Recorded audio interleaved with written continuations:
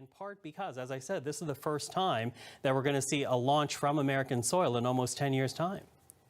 Yeah, this is historic for many reasons. I mean, for one, when the shuttle was mothballed in 2011, there was no spacecraft to ferry the astronauts to the space station. So they were really relying, and including us, on the Russian Soyuz rockets, and those are expensive. And so it's nice to see this come back to U.S. soil, I guess, just what we're used to.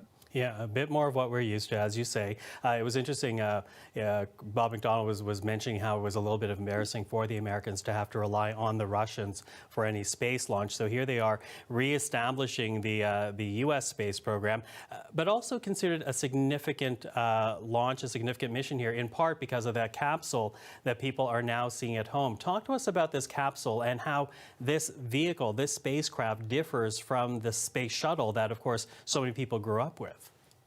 Well, I mean, you just look at that the spacecraft or that capsule. It's amazing. It is definitely state of the art. You just even look at their spacesuits; it's incredible. But one of the things, I mean, they have touch screens. I mean, this is something out of science fiction that we would have thought about at the time the shuttle was being built, or even up until it was being launched in 2011.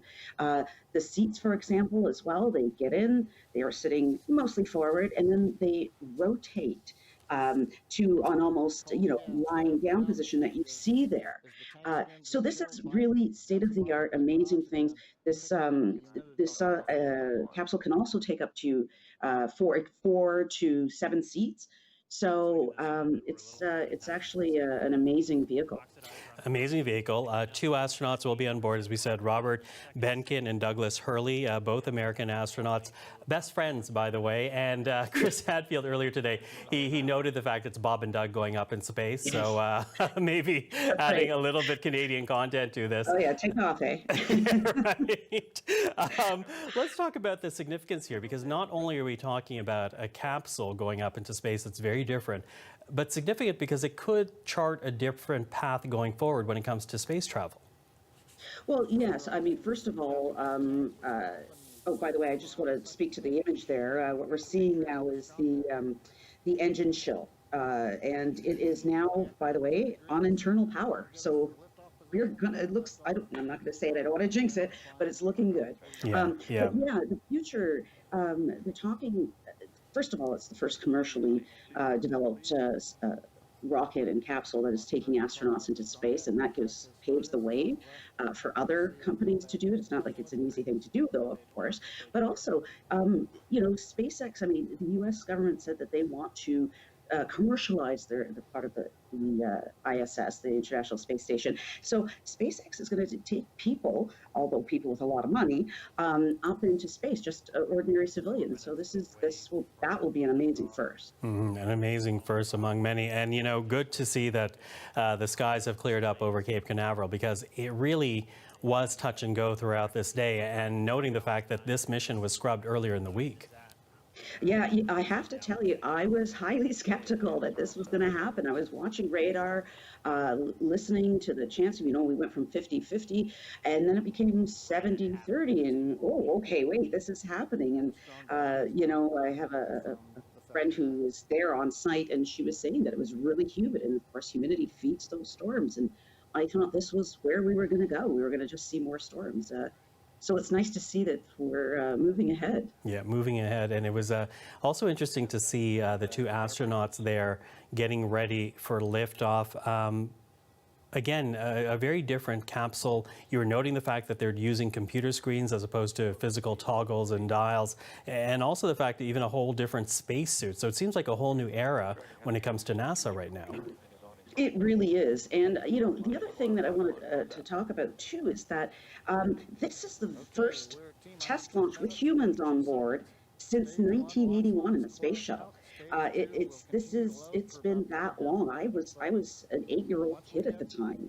And so I'm aging myself, but this is why it is such an historic moment, and it's thrilling to watch. And don't forget, the Falcon 9, the first stage of the Falcon 9 rocket is going to land.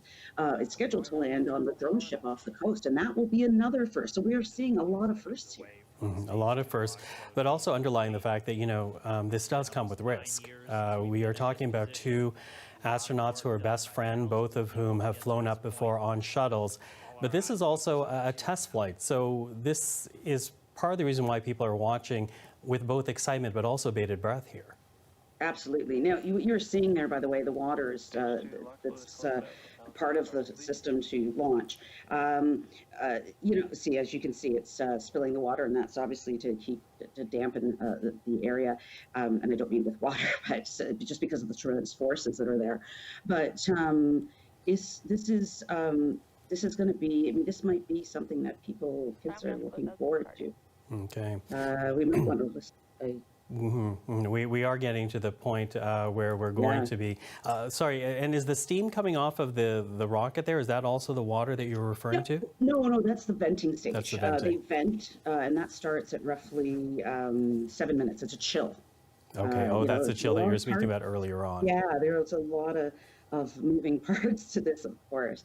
I mean, I can't even imagine what they're thinking right now. I mean, these are two seasoned test pilots and astronauts. And at this point, I don't know if people can actually see this on their screens, but we are now T-minus 51 seconds before takeoff. So Nicole, let's just take in some of the sights and the sounds here of the rocket and listen to NASA right now.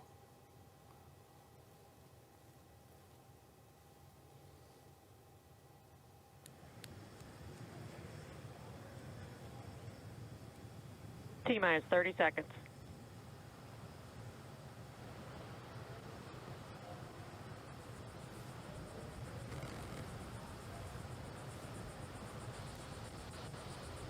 Stage 1 tanks pressing for flight. T-minus 15 seconds. 10, 9, 8, 7, 6, 5, 4, 3, 2, 1, 0. Ignition.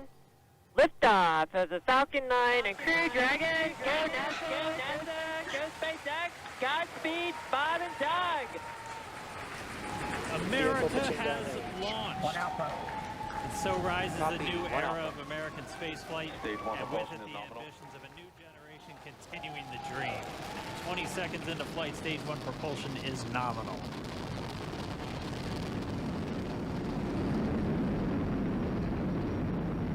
T plus 30 seconds into this historic mission. Flying crew on board Dragon and Falcon 9, and look at them go. Falcon power telemetry nominal. M1D throttle down. We're throttling down to get ready for the period of maximum dynamic pressure. We're in the throttle bucket. Reports say all systems are go. Vehicle is supersonic. We've exceeded Mach 1 on the Falcon 9. M1D throttle up. We're throttling back up to full power as we're through max Q. Copy, 1 Bravo.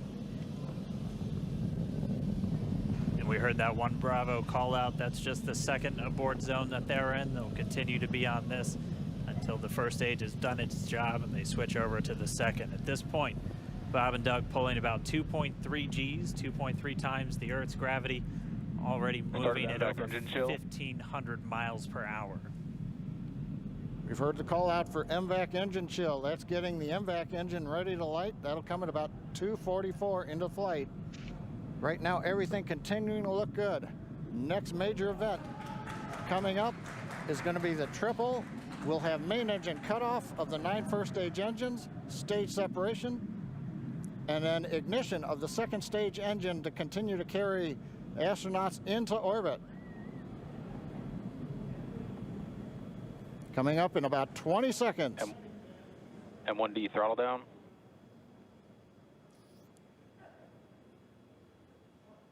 We heard we're throttling down the Merlin engines on the first stage.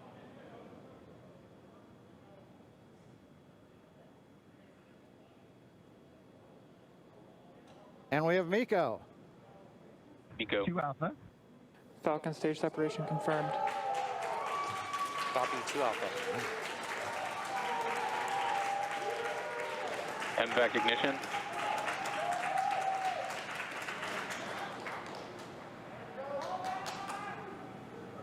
All right, we have stage separation confirmed. The first stage beginning its flight back. The second stage, being powered by that single Merlin 1D vacuum engine, has ignited and is now carrying Bob and Doug into orbit. So they're going to continue under the power of this second Stage stage, 2 propulsion is nominal. which will cut off at SECO, or second engine cut off, at about 8 minutes and 44 seconds into today's flight. So a little over 5 minutes to go still on this second stage. You heard the call out to Alpha, so they're now in the longest abort zone that carries them all the way from about North Carolina up the eastern seaboard almost to Canada. Things looking good though, getting good call outs, nominal propulsion on that second stage. Bob and Doug continuing to make their way into orbit.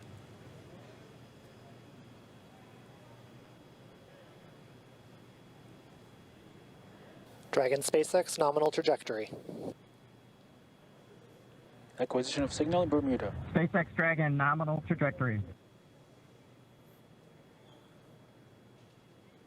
All right, here in nominal trajectory, so Dragon pointed in the right direction, continuing to make their flight uphill. Heard acquisition of signal Bermuda. That's one of the other ground stations that they're using to get telemetry and data back from this spacecraft. Stage 2 propulsion is still nominal.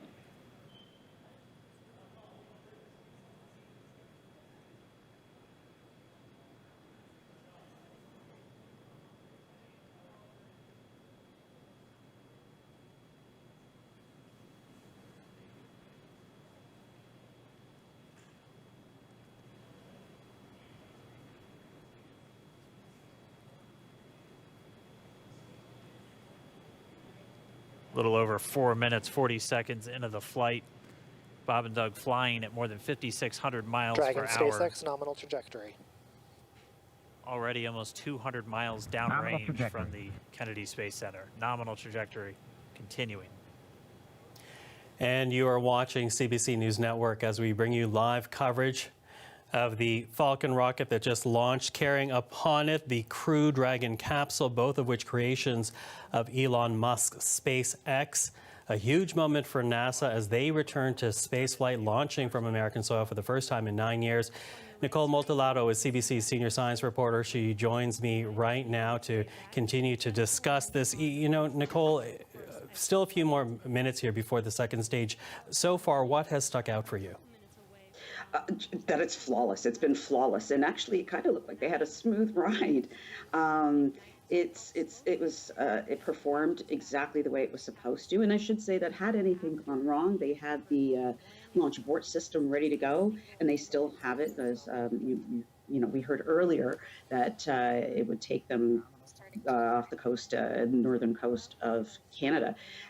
So this is just a fantastic launch. I'm just honestly giddy with excitement, and I think everybody should be, because it is just such a momentous occasion, and it's a wonderful thing to see, and perhaps especially during the times we are in now with the pandemic. And it is actually quite interesting to be watching this, given the time. So many people isolated at home, really perhaps feeling a little bit hopeless, and then you have this launch of the Dragon X and on it that capsule.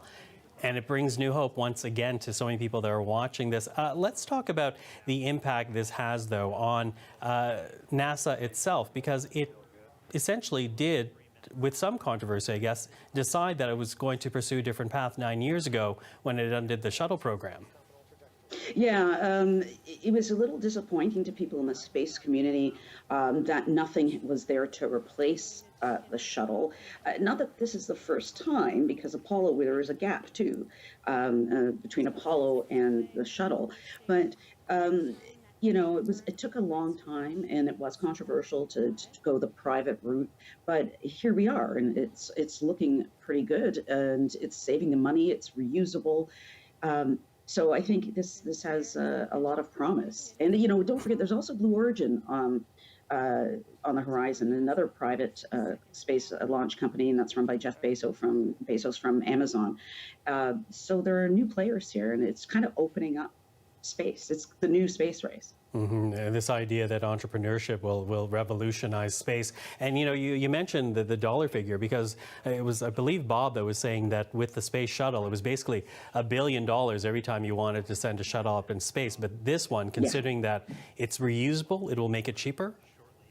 Absolutely, by a lot. And so, and as well, not just the shuttle, but also paying for flights on the Russian Soyuz rocket. And I mean, there is also another factor to this. There is, American pride. You don't want to have to hitch a ride on somebody else's rocket to bring your astronauts to space. So I think this is why it's such a moment of pride for the U.S. and for NASA and SpaceX. This is American-made, American-built, all American parts, and it's really bringing it home that it's Launch America, which is this is called. Well, as we were listening to NASA TV, hard not to also hear in the background the many people that were cheering at just the excitement of watching that rocket take off, perhaps signaling once again, as you say, a sense of pride in the American space program. We also saw a glimpse of inside the capsule, and we saw those computer screens that you were talking about. Talk to us about this development and how that changes the interface of spacecrafts going forward. Well, it's a lot better than those clunky buttons that they had for Apollo, for example, but also the space shuttle, and it just makes it, I think, a little user friendly. The astronauts themselves, Bob Behnken and Doug Hurley, said it took getting used to. And so, but it is something new because these were shuttle astronauts, but it is high tech, and I mean, the technology itself has brought it. Oh, look, we have. That's fantastic. Well, there let's talk go. about that. Because this is also very important, what we just saw happen here. Yes, this is the first stage of the Falcon 9 rocket, the reusable part of it, that made it back and landed successfully on the drone ship named, of course, I Still Love You. That's honestly, the whole thing is amazing. Is an amazing step forward in launching in space in general, because we can also take this. Let's see what's going to happen with the missions to the moon or the missions to Mars. SpaceX is talking about doing a jump ship just to make things. Oh, there you have the astronauts always have something, bring something up with them that when you're to show when they're in 0G, and apparently we have a little dinosaur there, a sparkly dinosaur at that. Yes, a sequined dinosaur, it's great. And I had a friend say to me just recently, hey, Bob and Doug took off. This is fantastic. And, this is, I think, Canadians all around the country are thinking that. Yeah, well, it's certainly Canadians of a certain age. When you say Bob and Doug, they certainly have an idea in their mind. But in this case, we're talking about two American astronauts, as I said earlier, best friends since they entered the astronaut training program. Both of them test pilots, both of them having been in space before, flying on separate shuttle missions, and both of them actually having families as well. So this is no small feat that they are actually taking the task at hand of flying this capsule for the first time, because again, this is something that can be potentially dangerous. It is, and they know the risk, particularly as test pilots.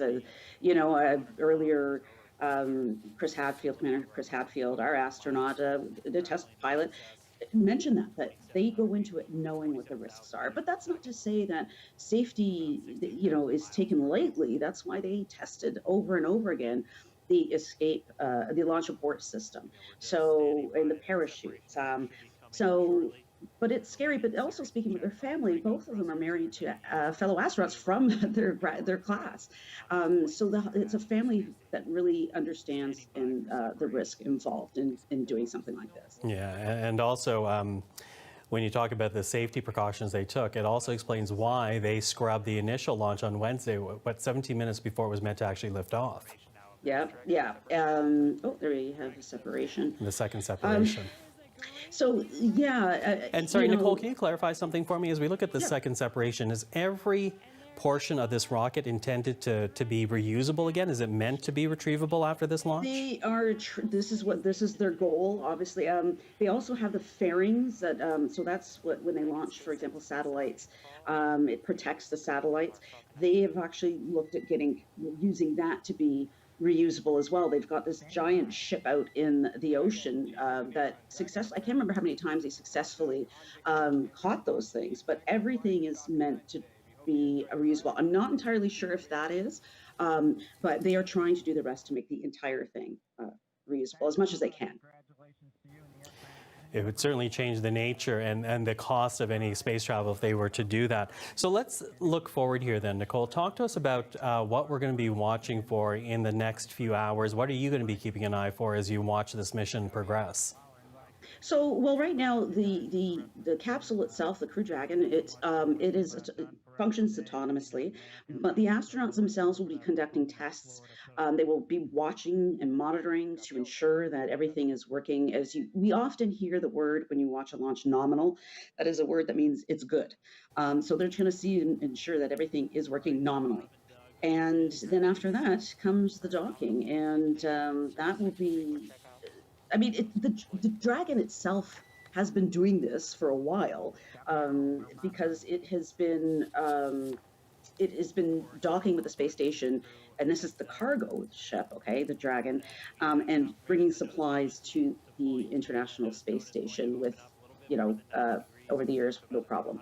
So, but this is it's similar, but it's different. So we'll be watching to see if everything goes well, if all the computers do what they're meant to do and dock successfully. Mm-hmm.